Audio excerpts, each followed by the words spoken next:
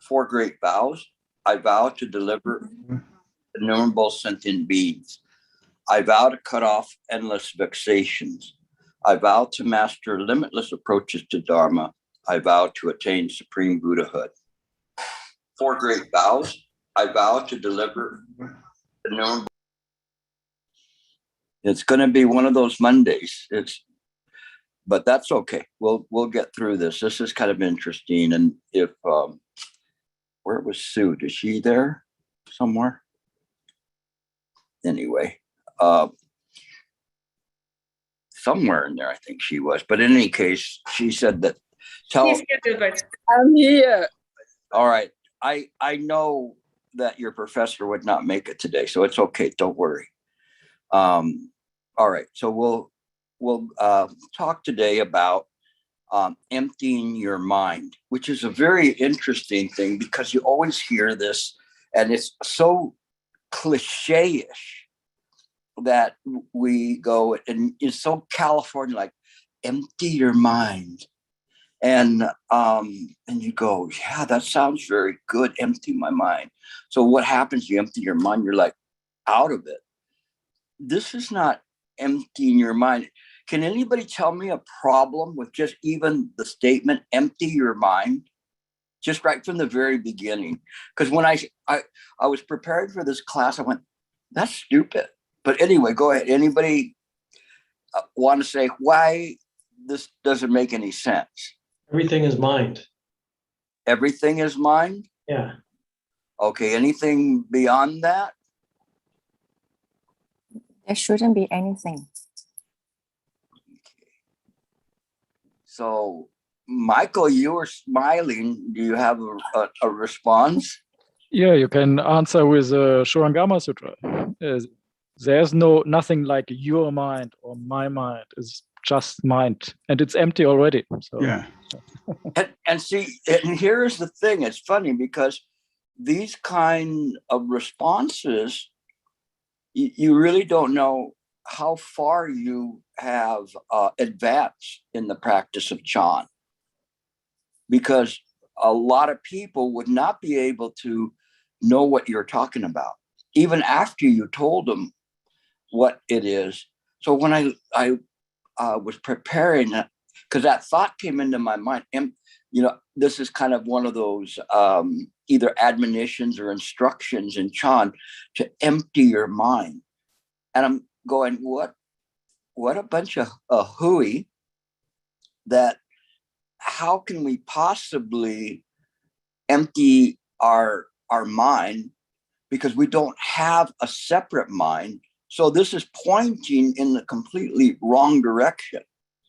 And so it doesn't help you because it's not right view. It's an inverted view. We practice right view. Right view is not trying to make sense of the appearances in mind in an independent nature. Well, I don't understand why this happened like that. It doesn't make sense. And so you try to do that. And sometimes even in other religions, they try to make sense. But when they look at it, you kind of have to like wonder. A long time ago, I read an article in I think on CNN or somewhere, and it was about a grandfather and a little grandson that went out on a lake, and the boat tipped over, and the little boy was recovered. Unfortunately, the grandfather died, and they said it was a miracle that he lived. That would impart to God that decision to allow the boy to live. But heck with the grandfather, because implied in that would be that he made a decision to kill the grandfather. So when we study our practice, it has to make sense. And one of the things that led me to Buddhism, and in particular Chan Buddhism, was that it made sense. I'd spent years looking for some purpose, some value, something that made living in this world something of value, not just simply just living a life and being a good person and then just dying and then hoping I'm transported to some reward land. And it was that everything is connected. And this connection goes right to what Shakyamuni Buddha taught. The 12 nidanas, the dependent origination of all things. And this is the emptiness. It is not an emptiness that there is nothing there. That would be purely nihilistic, meaning there's nothing, so why should we even bother? But it isn't in this way. And what is important, which took me a long time, and I'm still processing, is the function of karuna, which is the product of Anuttara Samyak Sambodhi, this highest excelled wisdom, so high that you can't even call it wisdom. It is just the thusness of the mind. And all this last week, especially on this weekend, I've been correcting many of you, and some of you slightly, and some of you turning you around in terms of the correct understanding or right view, that when we practice right view, we're practicing from outside the notion of a life and being or an ego. And when we practice in this way, then we are clear about what is happening, where everything is appearing. And this is something that throughout this last year, I've gone to great pains with different, very deep and profound sutras to talk about appearances or abiding, and to get to the point where we're looking at things as they are, as they appear, but not trying to make individual sense of the happenings that are surrounding one person. Everything is in the mix. And when we see things from this viewpoint, that it is just mind, then we begin to have an opportunity, a chance for this transcendence, which isn't really a transcendence, because as some of you already pointed out, it already is mine.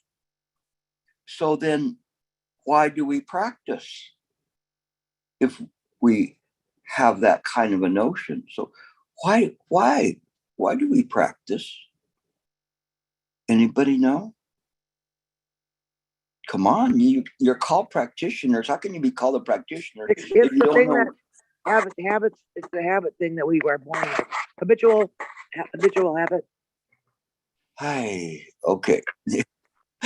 All right. Anybody else? Harry looked like he was going to jump in, but then Oh, back. well, it's just you were talking about hooey. It's getting rid of the hooey. It's getting rid of the hooey and the hoi polloi too. Would you fit in that second category? I'm in all categories and none. Ooh, good answer. All right. Anybody else? Why do we practice?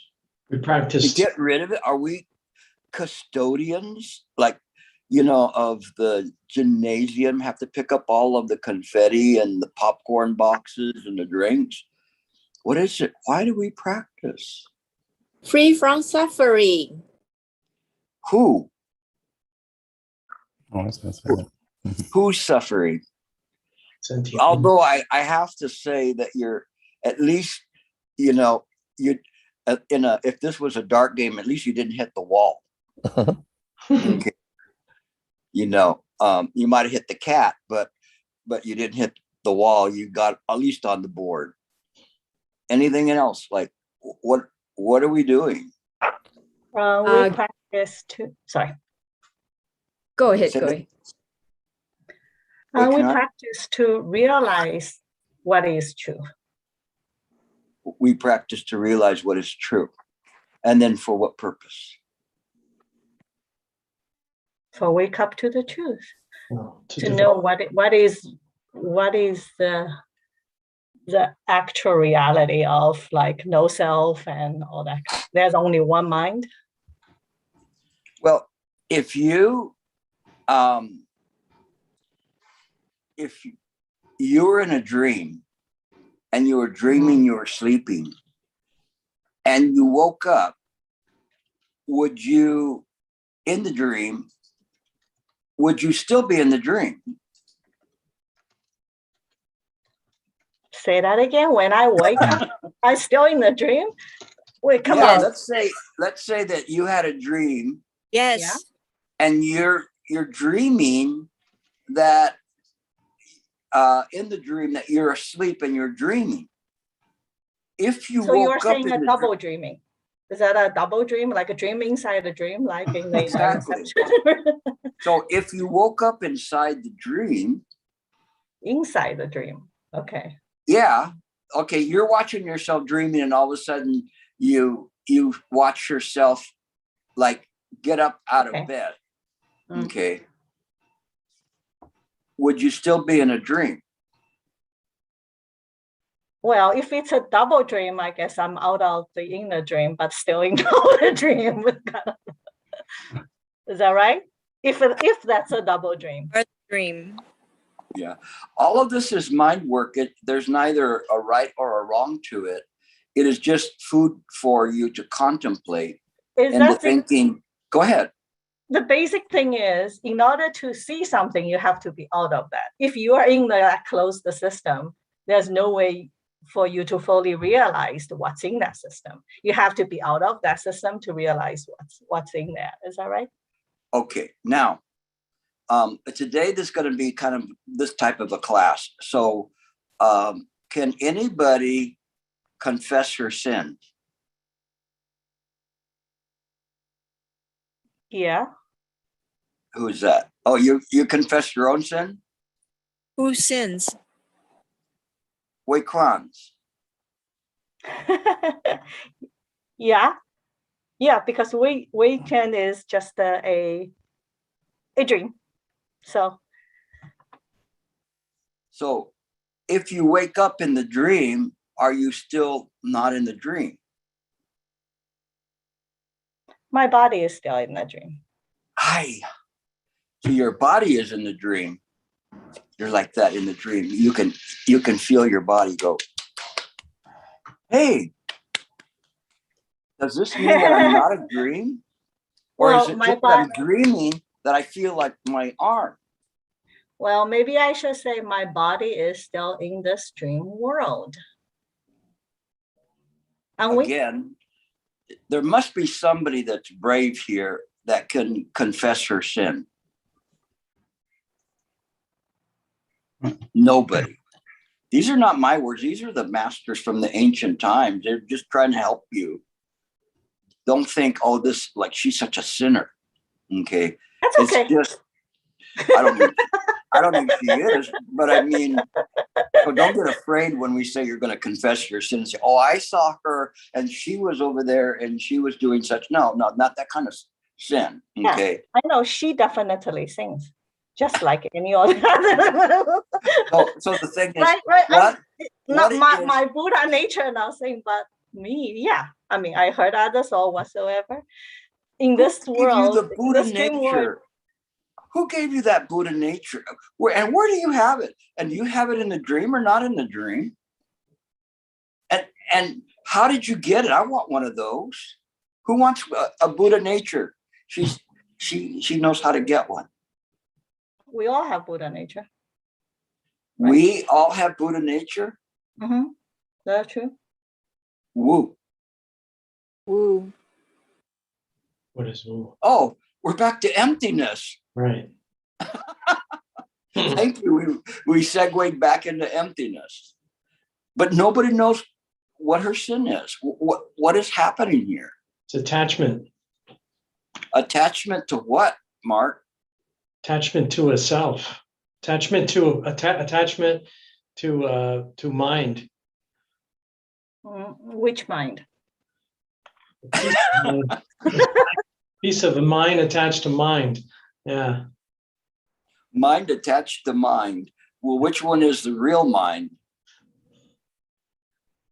They both are. They both are? It's ignorance.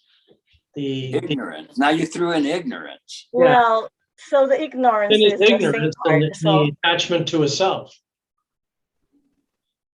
Whose ignorance is that? Peace of mind. Mind? Peace of mind.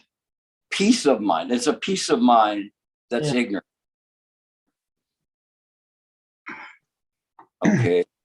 Well, at least we're making progress here. ignorance still well- belongs to mind, right? Everything is mind, so ignorance is still mind. It could be said that way. That's why I gave him partial credit. So that's good. Okay. If we have a wake up event in a dream, some people call that lucid dreaming. So in your dream, you can control events, and some people prefer to fly in those dreams, but it's still a dream. So when we wake up from that dream, are we awake? If you wake up from any dream, you're dreaming. Right. So we're still dreaming. Because If you- it's all a dream. It's all a dream of the mind. There it is. You're getting closer now. You know, it's like one of those little kid games at a birthday party. Oh, you're getting hotter. Okay. So you're getting closer to this. So this is a process. This is kind of like what I kind of missed this at the exchanges I had with my Riverside group, because we were so intimate. We were able to have these exchanges all the time. And I wasn't so worried about laying down some profound tracks, but these are very, very powerful in terms of trying to see what's going on. And for me to wax profoundly about something, sometimes we just need to step back and see exactly what you're thinking, what you're dreaming. So when we look at this, we go, indeed, well, who is dreaming? And so if you say you realize that you're dreaming, you're still in the dream, because there's no you in the equation. Mhm. The you is illusory. Of course, it's mind, because it's a fabric of mind, something that's woven by mind, but it isn't like a great fabric. It's just something from causes and conditions, pratika samappada. And in this way, mind doesn't interfere with what is appearing. Everything appears due to causes and conditions, but it is on the stage of mind, or if I want to get theatrical about it, I don't want to call it a mind stage. It's not a mind stage. Emptiness is not a mind stage. But it appears in mind. But we don't take these appearances to be our mind. This is difficulty. This is where we're trying to pull that camel through the eye of the needle. I think that was used before.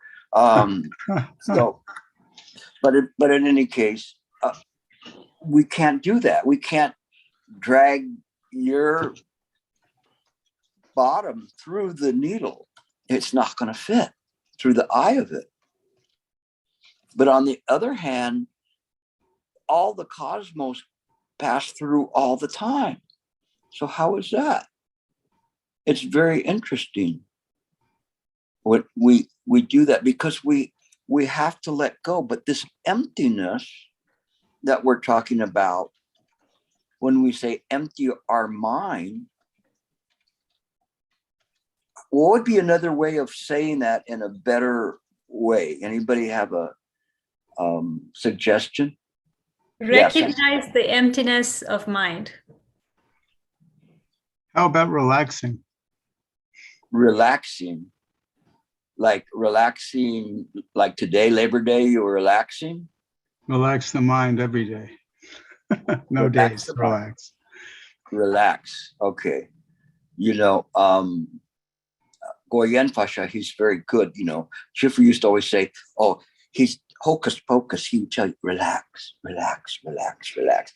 So Shifu would always kind of poke fun at Goyen Pasha, saying, oh, he's doing relaxing, relaxing, relaxing. But what he meant was, it doesn't matter if this body and this mind are relaxed, if the relaxation doesn't lead to the dissipation of the notion that there's an ego there. All you have is just this relaxed ego.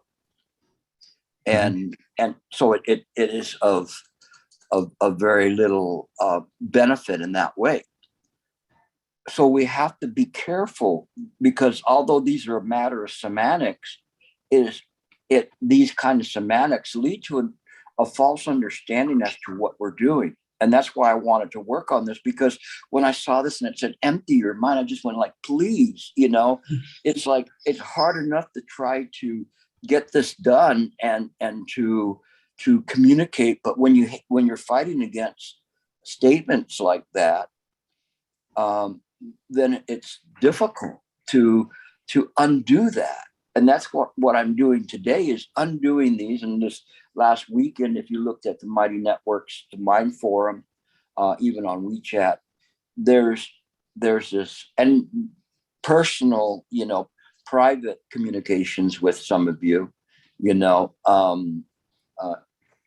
so much for Labor Day. It was quite a work of labor today, communicating with many of you. But it's important, because we've got to go beyond this idea. When we say empty, it's like empty yourself. So what, you become an automaton or some zombie or something? That's of no value. It is the opposite. When we talk about emptying the mind, it's emptying the notion of an individual ego, an individual self. But nevertheless, mind is aware that it is in samsara. And if it dispels the notion of an ego or a life of being or a personality, then what is mind doing in samsara? Nobody knows. Function.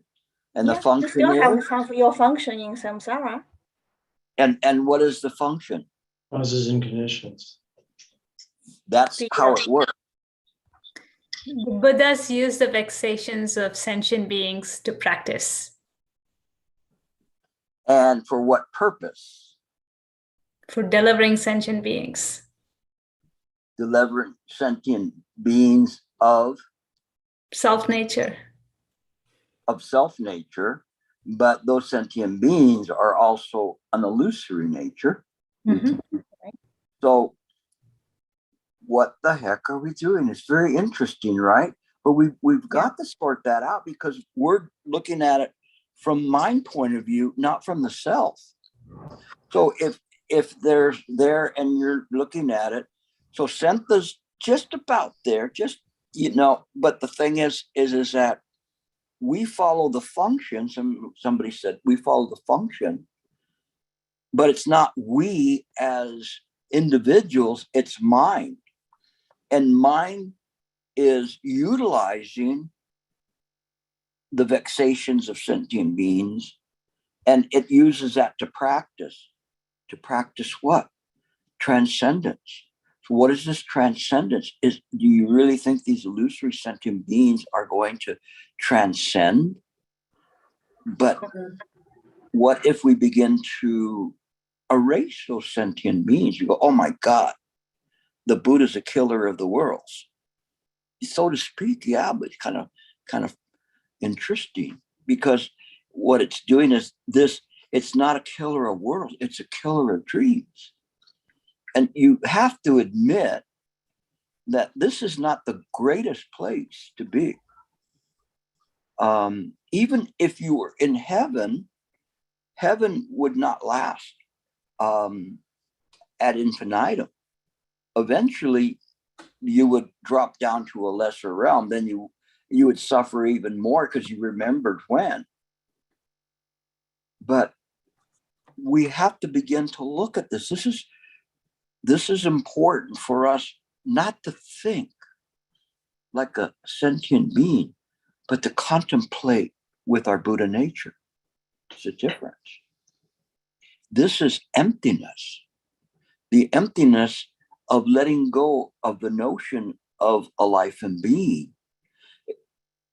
Look, Gilbert's still here, okay? He's still here. He's talking to you, so calm down. Don't worry. You know, I'm not going to disappear like right away. Okay, I fooled you.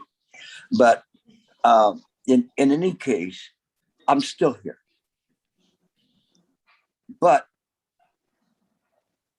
when the heart that I am using, I say this I with quotation marks, which I've been using so many quotation marks all the time to qualify what I'm saying. This heart is the heart of delivering sentient beings. So when we say that we use the vexations of sentient beings to practice, is that not the Buddha mind that is within all of us? And your inherent Buddha nature that is practicing. It's not separate. You see everybody on a grid, but you each have the same Buddha nature. And there's an interest in delivering that because you already have it. You already have the Buddha nature. That's why what makes that makes sense, that the Buddhas use the vexations of sentient beings to practice, because who do you think I'm talking to? Who do you think I'm talking to? You are not individual egos. It's the Buddha mind. It's about time that you awaken from the dream. You don't have to take yourself with you, nor can you take yourself with you, but yourself is perfectly in the precise place right now, perfectly in the precise place. And your good fortune is to be amongst Sangha, people who have a like interest in practice. Imagine if I was only speaking to one person. I would be like this great band, right, or singer, and there's only one person that I sing to. And then I'd say, well, maybe I'm not so great. Maybe this is not such a great subject, but we support each other. We use things in this way to be able to practice sincerely. This is the emptiness that we're talking about, is that it is understand that the dream is a dream. Samsara is a dream. And that there's something in which samsara is projected on that is immutable. You'll see this term a lot in the sutras. What did anybody know the Chinese term for immutable? Nobody?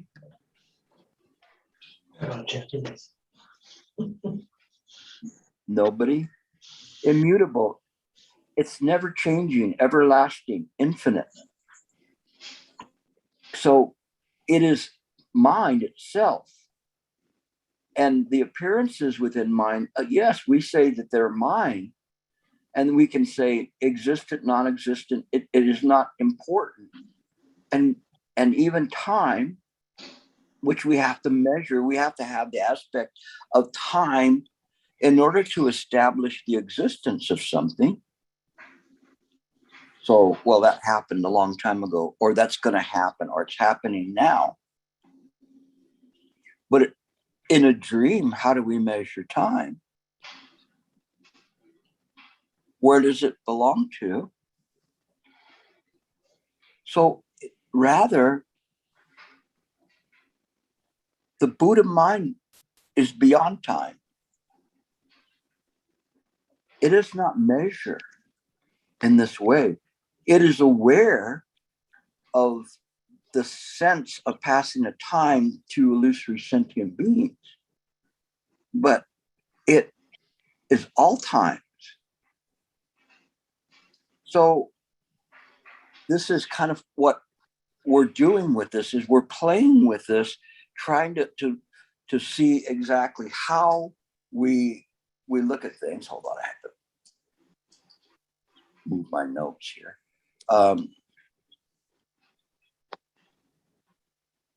So when we talk about emptying, it's actually the opposite. It is the inclusion of everything, including the dream that's there. That is the emptiness. We should not think of emptiness in the terms of a Westerner and saying that there's nothing there. There's nothing there simply because of the fact that everything is in a state of equanimity. And so when let me get myself moving again. So it says, also the term emptying in and of itself is a misnomer. Emptying means the opposite of emptying. It is an all-inclusive term to the fundamental reference of mind that produces all mind activity, whether mental states or mental formations, emotions, which are projected on mind. But mind is the sole source of all these mental activities, mental formations, ego. So to empty the mind just means to return to the source. And what is the source? Mind. Mind. Oh, shoot. Okay. I was almost about ready to tell you guys, just meditate, fold your legs and hold your hands like this, and I'll come back in 45 minutes. Okay. Let the awareness of your mind govern. This is called mind work, what we're doing. It is being aware that things are changing, but they're changing in a dream in accordance with causes and conditions. And an awakened mind does not restrict the mind to the exclusion of thoughts. So when people say empty your mind, sometimes it references when you're sitting to meditate, don't think of anything. It is only the admonition of the ancients to sever the mind that desires continuation. It didn't say stop thinking. This again is what we don't understand when we talk about this no mind or no thought or wu nian. It doesn't work in this way. It is simply that the mind is not attaching to the thoughts. Thoughts are necessary to function within this world, but we don't attach to them or give them some kind of a flavor that is not necessary in order to carry out the function.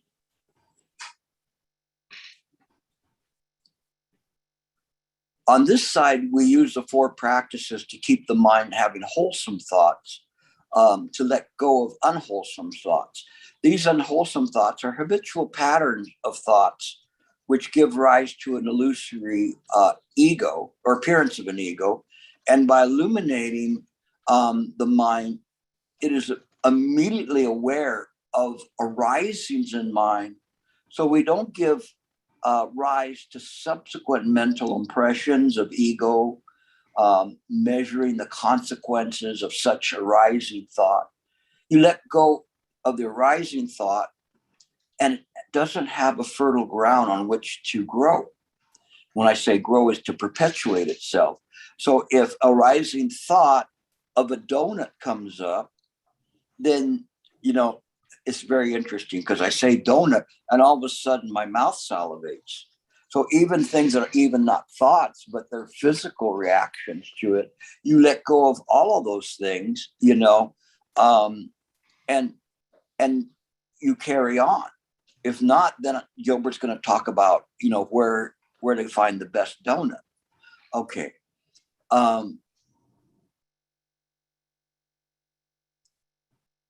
In mind, thus, these arising mental impressions and formations are used by the mind to perform function. And if such arising phenomena have no function to serve, then the mind doesn't provide them with any further mind energy to allow that thought to stay in mind. Somebody was talking about the habitual patterns. This is how habitual patterns are eradicated, by only having wholesome thoughts in mind. And in this way, it will work. And each time when that happens, the next thought that comes up that's a habitual thought, it'll have less intensity and less duration. This is clearly what we talk about when we talk about emptying the mind, this idea of not having thought in there. It's very interesting. Today I was talking about something, and I end up just laughing to myself about some of the things that I write. But Eon was getting close to something until he let himself back in. But in any case, I was saying to him, the rain in Spain falls mainly on the plain, and I don't know if anybody even bothered to look it up or not. But it's a quote from My Fair Lady, where Professor Higgins is trying to educate Eliza Doolittle on how to speak English properly. And so then she's struggling, but now starting to get it. And that's when he says, I think she's got it. By George, she's got it. And and then they all break out into a song. But what's interesting about this is that this the original title to this is called Pygmalion, and Pygmalion is a Greek god that created a sculpture. And when he created the sculpture, he fell in love with it. What do you think about that? Falling in love with an inanimate object. But doesn't that kind of sound familiar about self-love and self-conceit, self-centeredness? It is the mind's disease that this happened. But the mind is trying to correct this, because there is this. What do you got there, Harry? You're putting something on there. Well, it seemed to kind of epitomize what you were talking about. This is a passage from the Suture of Complete Enlightenment, which really balances what you were saying about cutting off but not cutting off, and making no distinctions at all is the way to practice. So I included the entire passage there. I think it's a key passage. Yeah, and I think these are all things that are, all of a sudden something will hit you, you'll remember something and go, oh, that's what that means. And it goes in deeper, so thanks for sharing. The thing is with this Pygmalion was very interesting, is that there's this kind of self-love, self-conceit. It's an illusion. It's made of the fabric of mind. We can't say the Buddha's in love with himself. It is not in that way. It's just that it is the fallacy of falling in love with a statue that plagued Pygmalion. No, but that statue was of his own creation. So it's really interesting when we look at it, because we would look at that and say, oh, poor Pygmalion, he's fallen for a stoner, and so she's just made out of stone. But when we look at it, we have to see in our practice and see clearly what's there. If we do, then all of those things then begin to make more sense to us.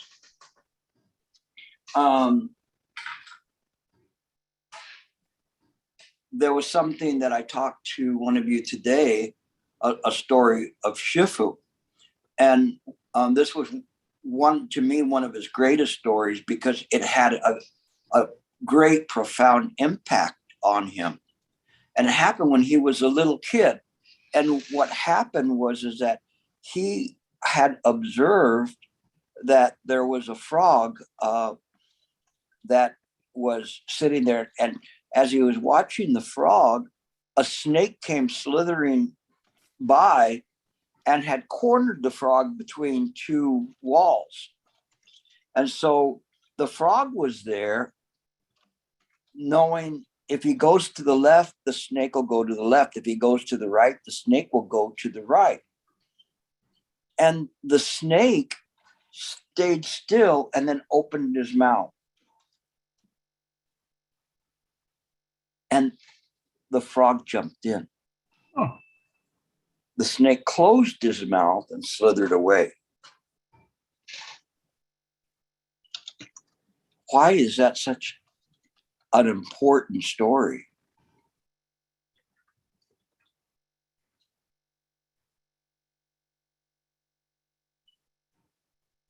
Utter acceptance. Utter acceptance. I was going to say that the snake had karma. It was hard for him to speak because he had a frog in his throat. How about giving up on oneself? Giving up on one's self? Jumping into the mouth of the snake? I'm listening to the words that you use, because there's a trick there, or a trap, I should say. How might we say that a little bit more precise? You're right, but when we say giving up on oneself, not the self, but giving up on mind? The illusion. The illusion? The illusion, giving up on the illusion of the self. Self, okay. See, one of them is, it means that there's, there's the death. The other one is the great death. The great death sounds horrible when you say, "Oh, did he die?" Yeah, he died a great death.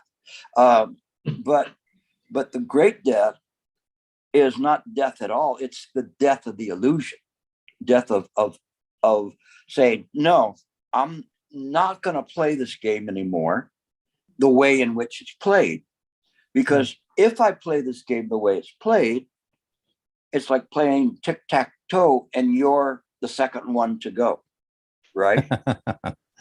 You never win. You never win. So the thing is that instead, when we call the great death, means it's finished. There's no more deaths. All the illusion of the ego, personality, life, and being, they're all thrust away, cast aside. But yet, then why am I talking to you? See, that's the part that's most important. It's the part that drove me when I was younger, and I was practicing Qigong. Some of you know this. I have a lot of new students who don't know anything about my background, which is probably pretty good. That way I can refashion myself in a better image. But in any case, I used to practice Qigong, and I got to a very high level of practice. But whenever I would meet a new Qigong master, I would ask them, why do you practice? What is the purpose of practicing? And they would be stunned by what I said, because they couldn't say, what, to get more power or to do this or to do that. So then they had to fashion what I call a Miss Universe answer. Oh, for the welfare of mankind or whatever, something like that. But they knew that I knew that was, what do we call it? Huey, baloney. It was not a sincere answer. It was something there because there were people around and they had to say something, or they wouldn't win the beauty contest. And so, I mean, if you ask Miss America or a candidate for Miss America, Miss Universe, they'd go, because I have to give this clever answer or else I won't be able to win Miss Universe. And so that's why they would do it, but that's not the sincere answer. That's the difficulty with all of this, is that there was no sincerity there. When I heard Master Sheng talk, I understood right away the great sincerity in what he was saying. He was not there to talk to impress people about his cleverness or his ability or anything. All he was there was that he wanted to help people, genuinely, sincerely want to help people. And that meant a lot. He didn't have to. It was clear that whatever he had, I can't say obtained, but realized in that moment was that he didn't need anything more. The only thing he needed and was driven by is to pass this on to others. So this emptiness is a misnomer, because this emptiness is what drives us to help others with vexations and to help those Buddhas transcend this world. Those Buddhas not being separate Buddhas, but just mind itself. And when we see things in this way, there is a genuine sincerity to this emptiness, but it is that realization of this emptiness that enables us to practice in the proper way so that we can develop this mind that functions and demonstrates karuna. And so this is what's important, is karuna is this interest in the suffering of others. We need not say that they're illusory or they're real sentient beings. We just know that these things are there and the mind will naturally try to resolve those. It's just as if you had dropped an egg on the kitchen floor. You cannot just leave it there, right? You have to pick it up, or 5 days later, you're wondering why your tennis shoe got stuck to the floor, okay, or your sock, if you're Asian, or your sandal, inside sandal. And you go, what's that? Oh, I remember, I dropped an egg. No, you right away, you want to take care of it, clean it up. It's the nature, the Buddha nature that wants to do this. This is this profound emptiness that we have. It is not a state of mind. Very important. So when people say empty your mind, please, it's not a state of mind. I'm like, I'm empty. God, it's like some kind of a California. It's not even Southern California anymore. It's like Northern California, hippie commune. Sorry for the people in Northern California, hippie communes. No, I apologize. But something where people have mixed a bunch of new agey stuff together. It's not in that way. If you're sincere practitioners, please, my apologies. I shouldn't have said that. But that's what it reminded me of, something that where somebody puts together a bunch of stuff and it pulls you farther away from the true nature of things. Whereas my interest is wanting to bring you closer to that. When I say bring you, bring mind closer. Okay.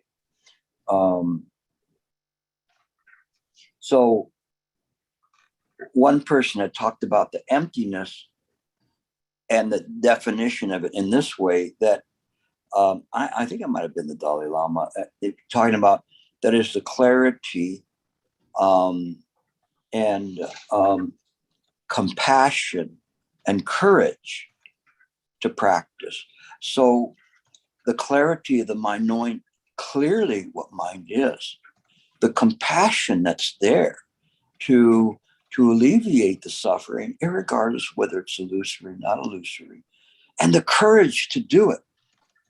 The courage to, as using your waking moments to try to help people and to communicate with them and to see things just as they are, so that we can clearly practice together, because we're not separate. When we see that, then we have the courage. Then we have the courage to jump into the snake's mouth. So in any case, that's kind of where we're at. Now, I still have 5 minutes, so let me use up this time. I didn't cover this part. Let's see where this takes us to. Gilbert, I think Young Min has a question, hand raised for a long time. Yeah, just wait till I finish this part, so then I'll answer it in the question and answer part. Okay, so you'll be the first. Okay, so it says, since the time of Huineng, the Diamond Sutra, which proclaims the teaching of the wisdom in concise and moving terms, has assumed a central aspect in Chinese Zen Buddhism. Wisdom that sees through emptiness, the emptiness of the phenomenal world, of the empirical ego, of all qualities and forms, that transcends all worlds and concepts, to press towards nothingness, is the center of all reality. Wisdom and emptiness are correlatives, expressing one and the same reality in positive and negative terms respectfully. The prajna, intuition of emptiness, is a seeing, or I would say is a realization. This is, by the way, from Zen Buddhism, a history, India and China, quite an old book by Heinrich de Molen.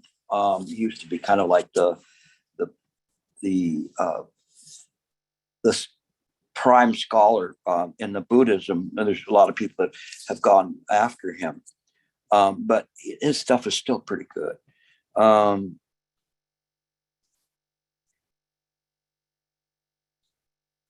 The prajna, intuition of emptiness, is a seeing, but this seeing is a non-seeing. Very interesting. This seeing is a non-seeing.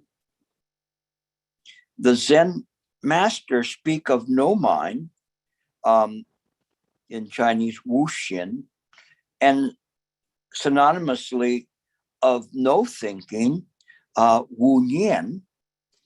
A passage of the Platform Sutra of the Sixth Patriarch develops this negativity in this way.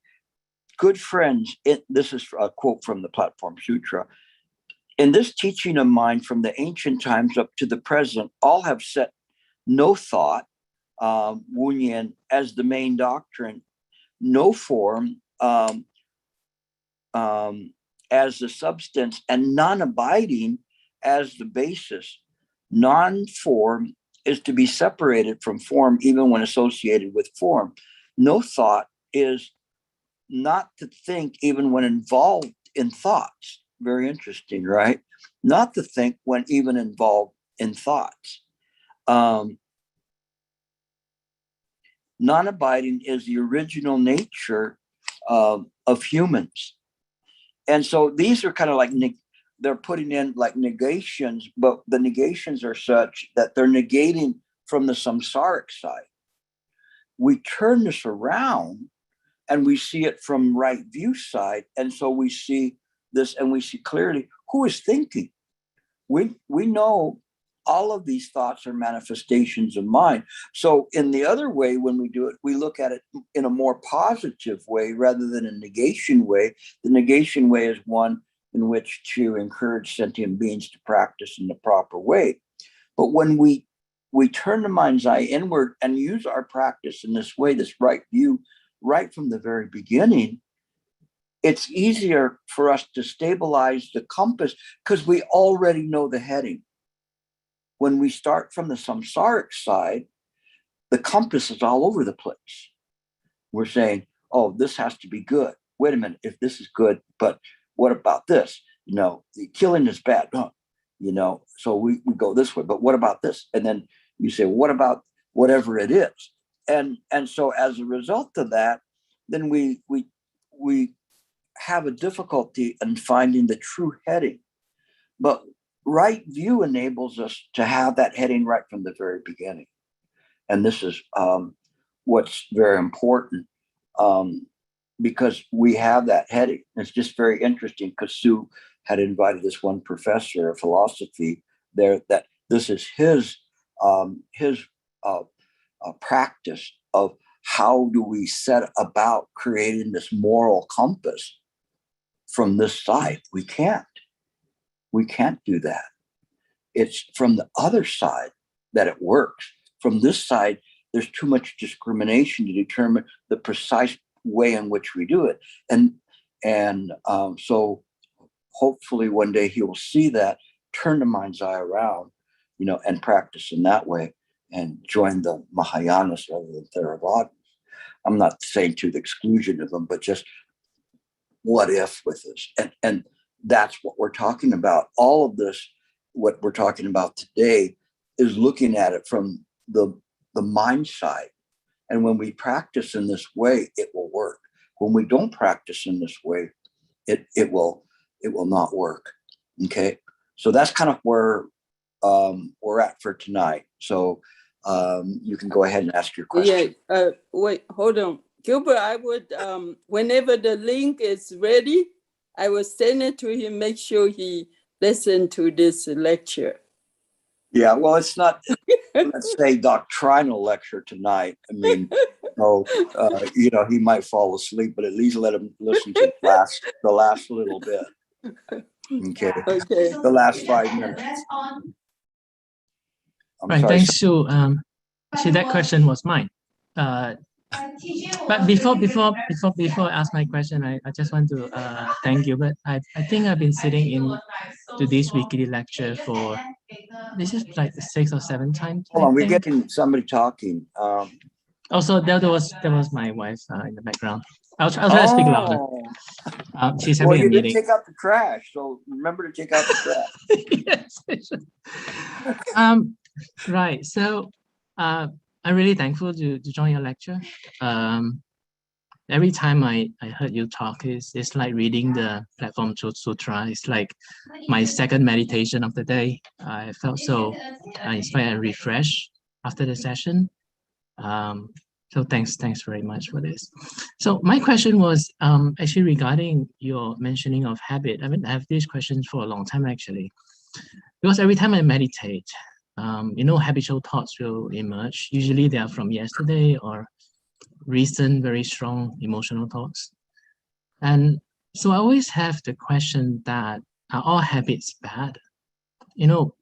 Like speaking is a habit, isn't it? Like learning language is a habit that we take a long time to formulate the structure so they habitually emerge from our mind so we can speak fluently. Otherwise, it would be very hard to act in this world. But I have this struggle, like, how do we differentiate good and bad habits in our practice? Good and bad habits they belong to the samsara. It's a discrimination. The mind and functioning in samsara, we don't discriminate in that kind of a way, which leads to desires or aversions or vexations. Habitual patterns we have to be mindful of.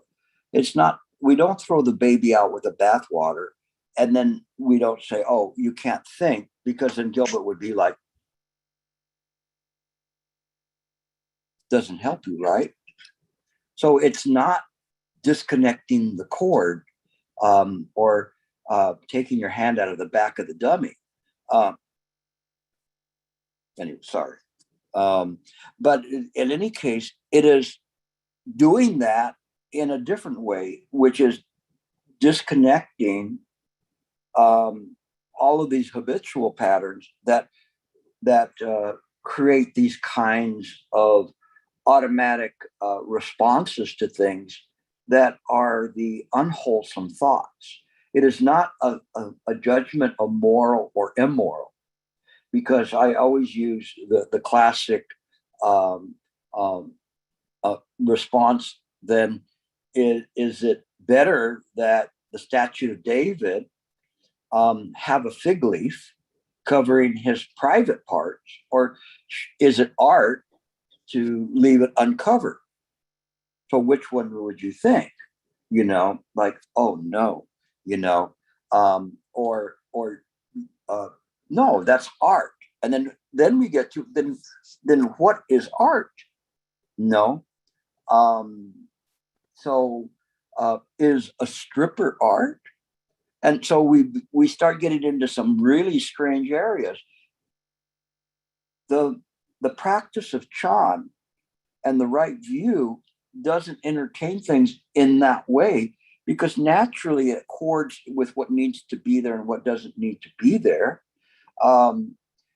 So it is something that understands these patterns, understands the world, but it's senseless to try to create these kinds of moralities. But the mind itself follows its own function, and the function is one that is there for the benefit of all sentient beings and samsara, and saying that this is beneficial for samsaric beings. This is not beneficial for them to try to do things in this way. And so it understands and is aware of the arising of habitual patterns. But if the habitual pattern is to wake up to go to work, then so be it. That's not a bad habitual pattern, but if it's something that isn't necessary, that you have to go outside and smoke a cigarette or whatever, then it might look at the cigarette and say, why am I smoking this? This is harming my lungs, and it will shorten my lifetime, which I really need to have as much time as I can here to practice and also help deliver sentient beings. So it doesn't engage in moralistic ways, but in the practical aspect of harmonizing with sentient beings so as to bring about a deliverance of all sentient beings. So it's a little bit different. So don't think about it that saying habits are bad. I mean, if you have a habit to practice the Dharma, that's not a bad habit. Okay, that's just a practice. But if your habit to practice the Dharma is just simply to come up with clever things to say to challenge a teacher without really having any intention of learning anything from them, then even that is bad. You see what I'm saying? So it is in the heart that where the practice is at. Okay, just follow your heart and you'll be fine. Thank you. Okay. Should have said that in the beginning. I would have saved 10 minutes. Okay. Any other questions? Harry's got his literal hand up. Annie has a hand up. All right. Can I speak now? Yeah, go ahead. I said, yeah, I was going to paint my hand gold, so you would think it was the same as that. No, I just want to share something that Sherfu said. He was talking about subjective and objective and said, neither one, well, subjective, of course, is way off. And he said objective is just another bunch of subjectivity. He said the only thing that really works is straightforward mind. And that's not from the samsaric view. So just That's wanted to right summarize. view. Yeah. Absolutely, that's the right view. So, I'm just extending out what Shifu was saying, so that's good. Thank you, Harry. Sure. That helps. Ani? Yes. I think I have heard you use the statue David analogy a few times. However, in our samsaric world or realm, in your profession, for example, you probably are asked to wrong the right or right the wrong. Or in our daily life, we see things. How do we navigate that? With wisdom, with courage, with clarity, with emptiness. That's what we're talking about. You use this mind to navigate, and that's why when the Heart Sutra says that when the great Bodhisattva Valkitesvara was coursing through the deep prajna paramita, this coursing is every moment. And the deep prajna paramita is being applied moment to moment. So this deep prajna paramita that's referenced there is the Anuttara Samyak Sambodhi. And so this profound wisdom, that's, I say, even beyond wisdom, then is used. This is what we use to course through the world. And that provides us with the courage of being able to deal with whatever's there. I mean, we all have our trials and crucibles in our life where, it could be something as common, and I'll knock on wood, but knocking on wood probably will produce anyway, as being pulled over by a policeman for a traffic stop. And has anybody been pulled over by the police before? Raise your hand. The rest of you guys are lying. How many more than 5 times? No, that's all right. You don't have to say that. But anyway, when you get pulled over, it's scary, right? It's like, oh my God. And then what do you see? You're seeing all the other cars going by, zip, zip, zip, zip. And you're there, and the policeman is there and wants to see your license and registration.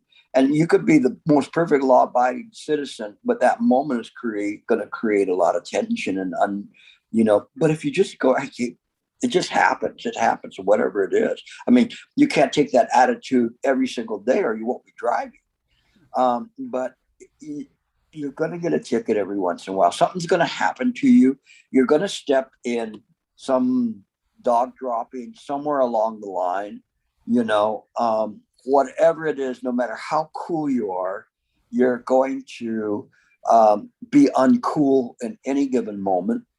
And so that's something that's there. I remember I was in court and I came out of the bathroom, and I'm walking, and one of my friends, she's an attorney, was laughing at me. And I was going, why are you laughing at me? So I'm just walking out of the bathroom, my lawyer strut, looking really cool.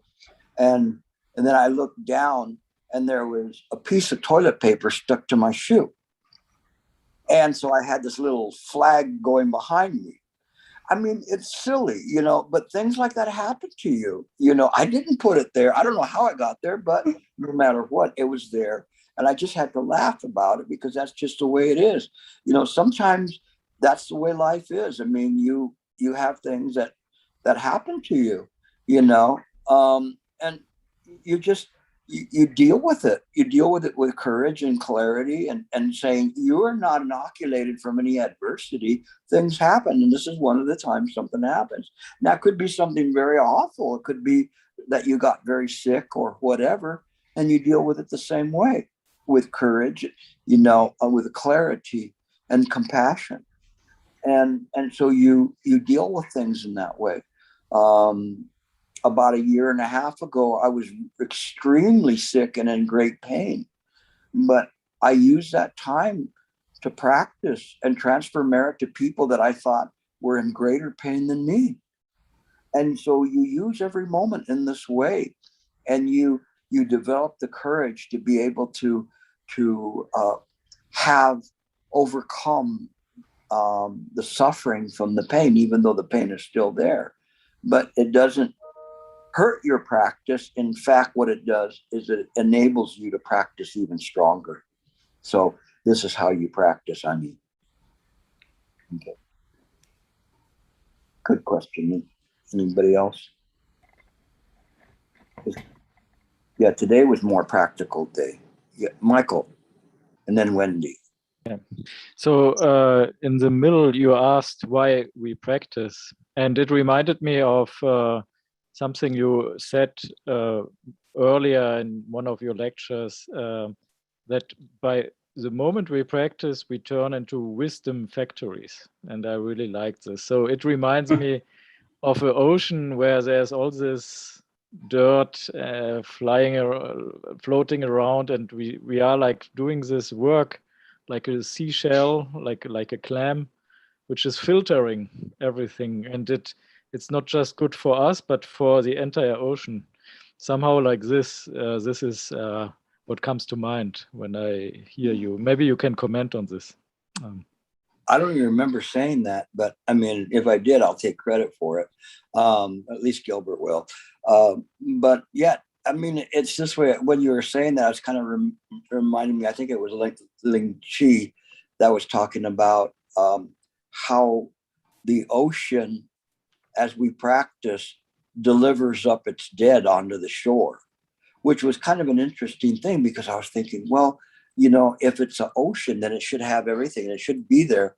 But then as I thought about it, and as you were talking to me, then it made it clear to me what it is that this body that rolls up onto the shore is just an illusory body.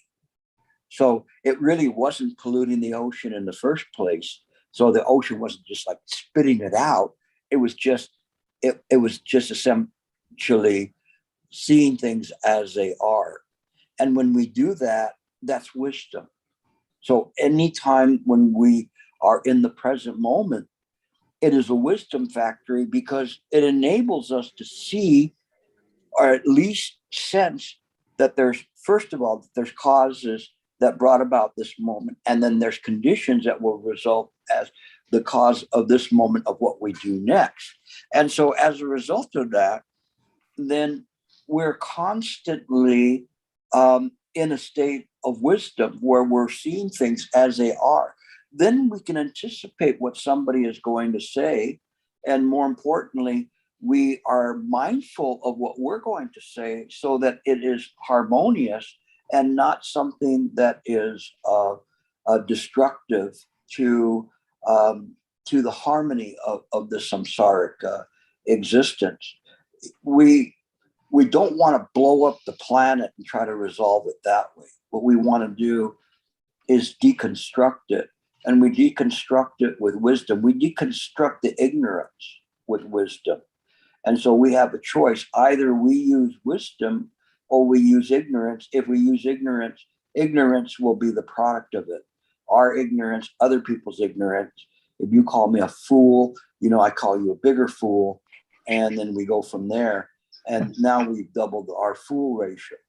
So you see, it's very simple. But if we respond to things with wisdom, then it makes more sense. Okay. So this is how I would respond to it. It's just choose wisdom every moment. And it's a self-cleaning oven. It'll work on its own. Okay. Good question. Okay, more questions. Nobody have questions. Wendy. Oh, I'm sorry. I missed you there. Go ahead. Okay, my question is, in your mind work post, they said something about, don't think I'm so noble to deliver you from your suffering. like, I'm trying to understand here. So it's not you who I come. Read that a little bit more of that, Wendy. Okay. What I was saying. Okay, I'm just no. I was. It hit me. I was thinking maybe it's not the Buddha or the Guanyin Pusa or anybody like that who's helping me really, but I'm just trying to understand it a bit more. That's all. Thank you. Yeah. Because that part needs to be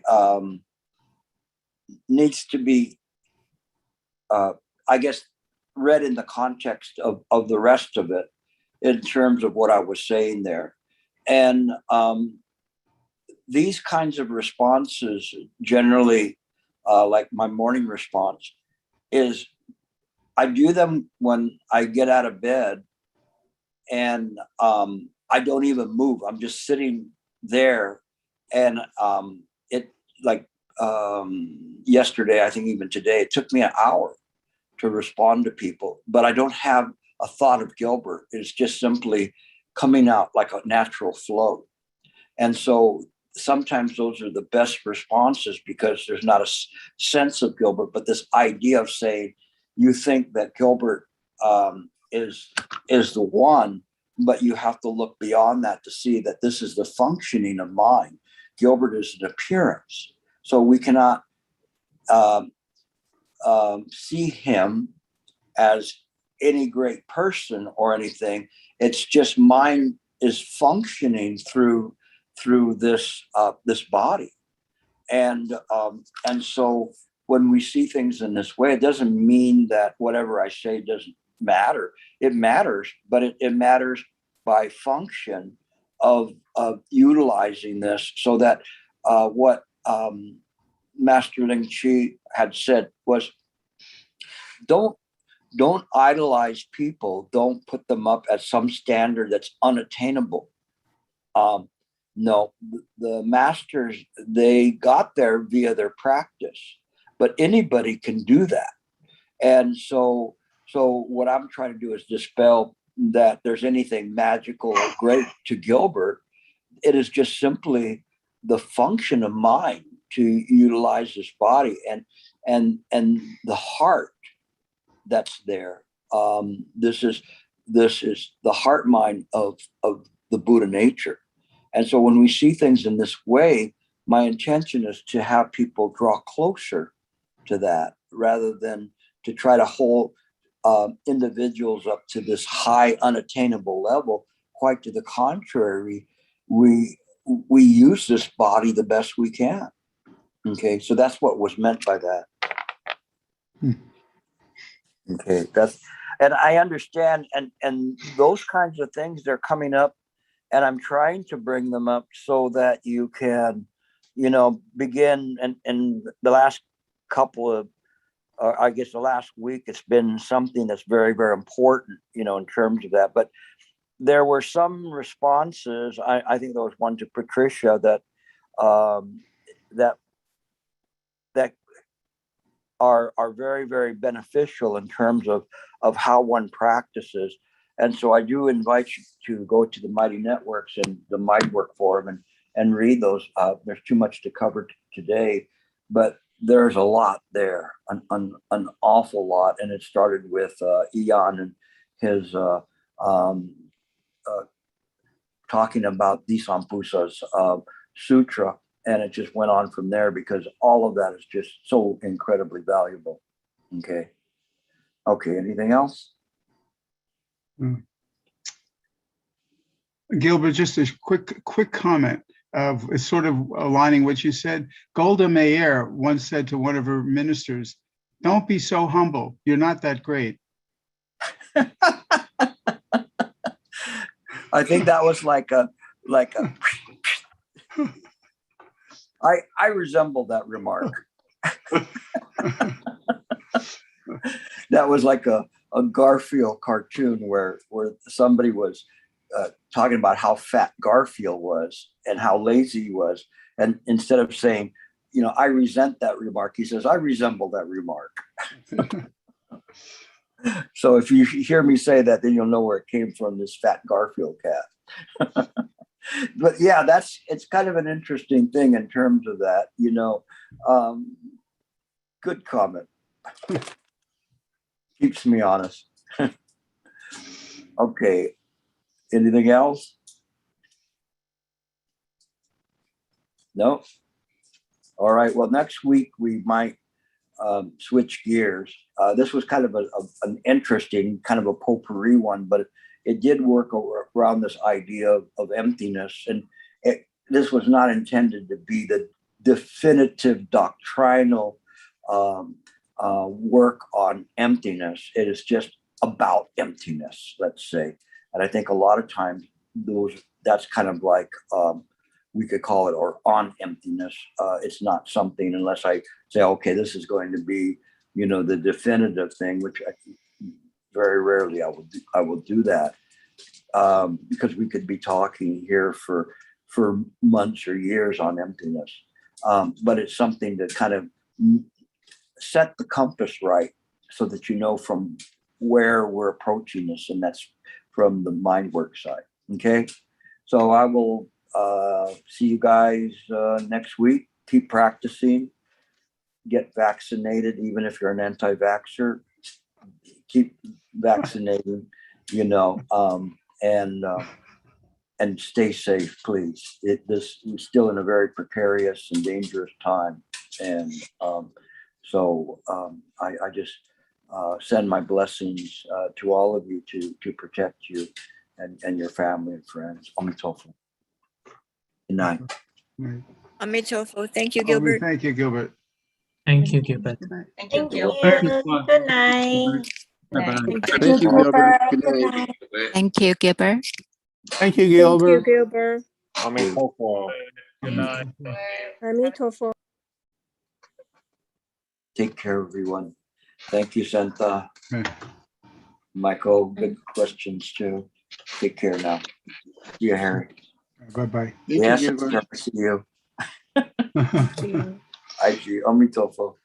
Bye-bye, Jane. Wendy. Okay, take care. I'm going out. Bye-bye. I can figure out how to leave. Thank you all. Thank you, Santa. Bye-bye. No meditation, Santa? No? Okay. Okay. Bye.